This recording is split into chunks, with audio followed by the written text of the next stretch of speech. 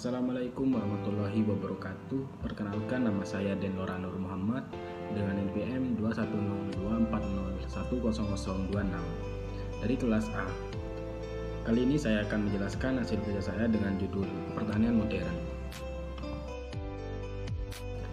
Pertanian modern adalah praktik pertanian yang menggunakan ilmu dan teknologi terkini untuk meningkatkan efisiensi, efektivitas proses sekaligus mengurangi input sumber daya alam seperti lahan, air, dan energi.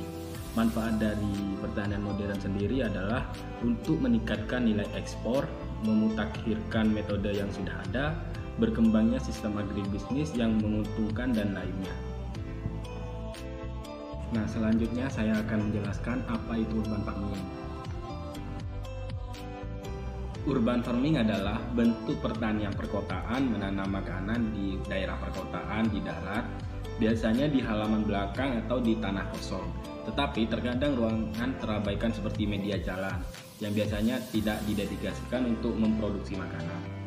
Pertanian perkotaan dapat mencakup pertanian atap atau penanaman lahan kosong. Di hampir semua kasus pertanian perkotaan, beberapa bentuk berkebun intensif atau vertikal harus dimanfaatkan karena keterbatasan ruangan. Rumah kaca juga merupakan bentuk pertanian perkotaan yang populer. Urban farming biasanya dilakukan dengan menanam tanaman yang sering dikonsumsi seperti sayur-sayuran, jamur, buah-buahan, umbi-umbian, tanaman obat, ataupun tanaman hias.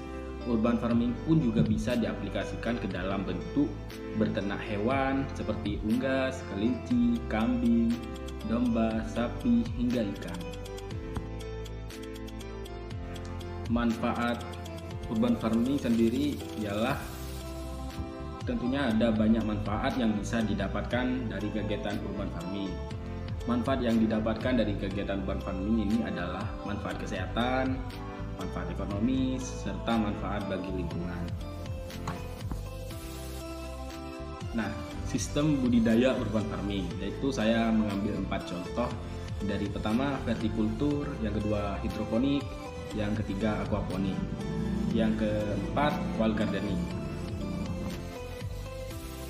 Yang pertama adalah vertikultur. Sistem vertikultur merupakan salah satu strategi untuk mensiasati keterbatasan lahan, terutama dalam rumah tangga. Vertikultur ini sangat sesuai untuk sayuran seperti bayam, kangkung, kucai, sawi, selada, kenikir, seledri, dan sayuran daun lainnya. Lalu yang kedua adalah hidroponik.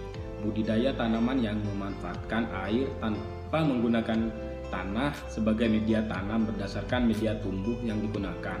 Hidroponik dapat dibagi menjadi 3, yaitu pertama kultur air, yakni metode hidroponik yang dilakukan dengan menumbuhkan tanaman dalam media tertentu yang di bagian dasar terhadap larutan hara, sehingga ujung akar tanaman akan menyentuh larutan yang mengandung nutrisi tersebut.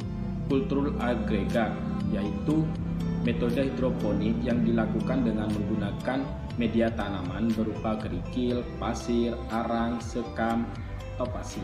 Pemberian hara dilakukan dengan menyiapkan larutan hara dalam tangka lalu dialirkan ke tanaman melalui selang plastik. Lalu yang ketiga, nutrient film technique atau NPT adalah metode hidroponik yang dilakukan dengan cara menanam tanaman dalam selokan panjang yang sempit yang dialiri air mengandung larutan hara. Lalu yang ketiga adalah aquaponik.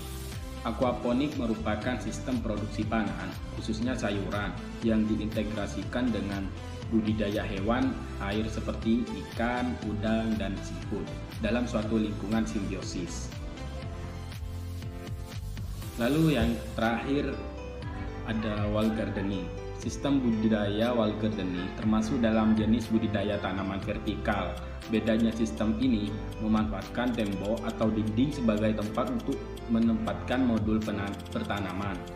Model ini sangat populer untuk tanaman hias dan atau sudah sangat sering dijumpai di kantor-kantor.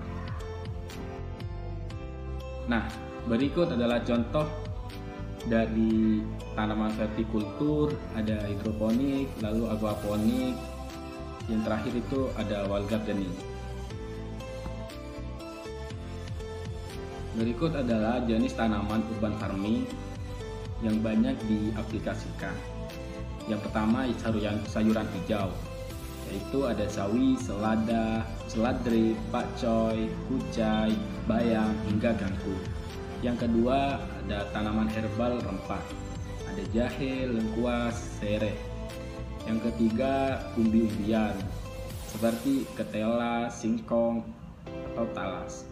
Yang keempat ada buah-buahan seperti tomat, anggur, stroberi, cabai, melon, timun. Dan yang terakhir adalah tanaman hias. Nah, urban farming sendiri mempunyai kelebihan dan kekurangan. Kelebihan dari urban farming ialah pertama, menyediakan lapangan pekerjaan baru di bidang pertanian. Yang kedua, berkontribusi dalam pemenuhan kebutuhan pangan sehat masyarakat kota dengan menawarkan hasil panen organik yang bebas dari pestisida kimia. Yang ketiga, menambah ruang terbuka hijau dengan memanfaatkan lahan dan area yang awalnya tidak termanfaatkan sehingga meningkatkan mutu lingkungan perkotaan karena dapat menyerap beberapa jenis polutan. Yang keempat, ada memberi nilai estetika dan efek penyegaran pada ruangan atau wilayah urban farming sehingga menciptakan lingkungan yang asri dan nyaman. Nah, kekurangan sendiri dari urban farming ialah pertama, jika tidak dilakukan dengan benar, kegiatan urban farming menjadi penyebab meningkatnya polusi suara serta pemborosan energi, terutama dalam hal penggunaan air kota yang akan meningkat.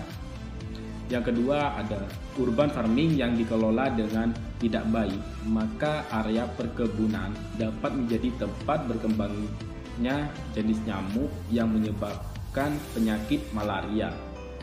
Yang ketiga, lemahnya ketersediaan modal para penggiat urban farming, sehingga dalam praktiknya kegiatan ini masih sangat bergantung pada kesukarelaan warga.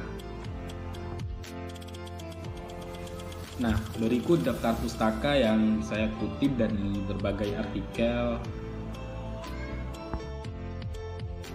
Sekian penjelasan dari saya mengenai urban farming. Kurang lebihnya mohon maaf apabila penyampaian materi saya ada kesalahan atau kekurangan dalam penyampaian materi ini.